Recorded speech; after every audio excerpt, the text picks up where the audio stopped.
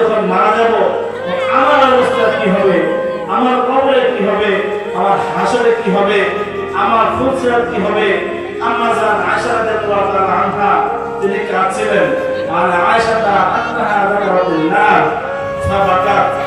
আমার আয়েশা রাদিয়াল্লাহু আনহাকে কাঁদতে দেখে রাসূলুল্লাহ সাল্লাল্লাহু আলাইহি সাল্লাম জিজ্ঞেস করলেন, আর কি ইয়া আয়েশা, হে আয়েশা তোমার কি হয়েছে, তুমি কাঁদছো কেন? রাসূলুল্লাহ সাল্লাল্লাহু আলাইহি সাল্লামের প্রিয়তম স্ত্রী আয়েশা রাদিয়াল্লাহু তাআলা আনহা তিনি বলেন যে যাকাতুন নারা, ও আল্লাহর রাসূল জাহান্নামে আগুনের কথা আমার মনে হয়েছে। ফাবাকাইতু, আমি জাহান্নামে আগুন সহ্য করতে পারবো না বলে আমি কান্না শুরু করেছি। ফাহাল তাসরুনা আহদিকুম ইয়াউমাল কিয়ামা, ও আল্লাহর রাসূল কিয়ামতের যে বিভীষিকাময় মুহূর্ত আছে ওই সময় কি আপনি আমাকে স্মরণ করবেন?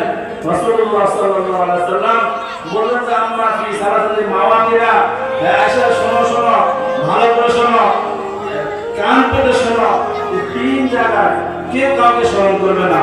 ফাহাল তাসরুনা আহদিকুম ইয়াউমাল কিয়ামা যখন জিজ্ঞেস করলেন রাসূলুল্লাহ বললেন যে তিন জায়গায় কেউ কাউকে স্মরণ করবে না।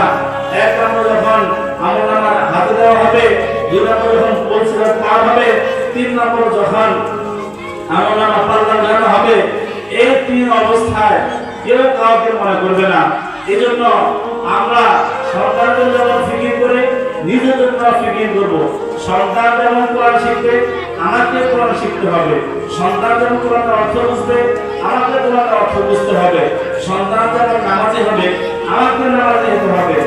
আমি আমার সন্তানের জন্য সব করলাম, নিজে দিনদার হবো না, সন্তান দিনদার হয়ে যাবে, এই আশা দুশ্চিন্তা আলেও করা যায় না। বিশেষ করে আমার বাবা যদি ইব্রাহিম আলাইহিস সালামের মতো যদি কাউকে বানিয়ে দেয় যে আজও করে ইব্রাহিম হয়েছে, যে চারটা কাফের ছিল, মুশরিক ছিল, তার ঘরে নবী বানিয়ে দিয়েছে, সেটা ভিন্ন। কিন্তু আপনি দিনদার হবেন না, নামাজি হবেন না, আবার সেটা নামাজি হবে, এই আশা করা কঠিন। এই জন্য আপনি নিজে নামাজি হবেন, সন্তানকে নামাজি বানাবেন, ঘরে দিনী পরিবেশ কায়েম করবেন, পর্দাপ্রস্তের ব্যবস্থা করবেন, আর সব কিছু কার জন্য করবেন? আল্লাহর জন্য করবেন।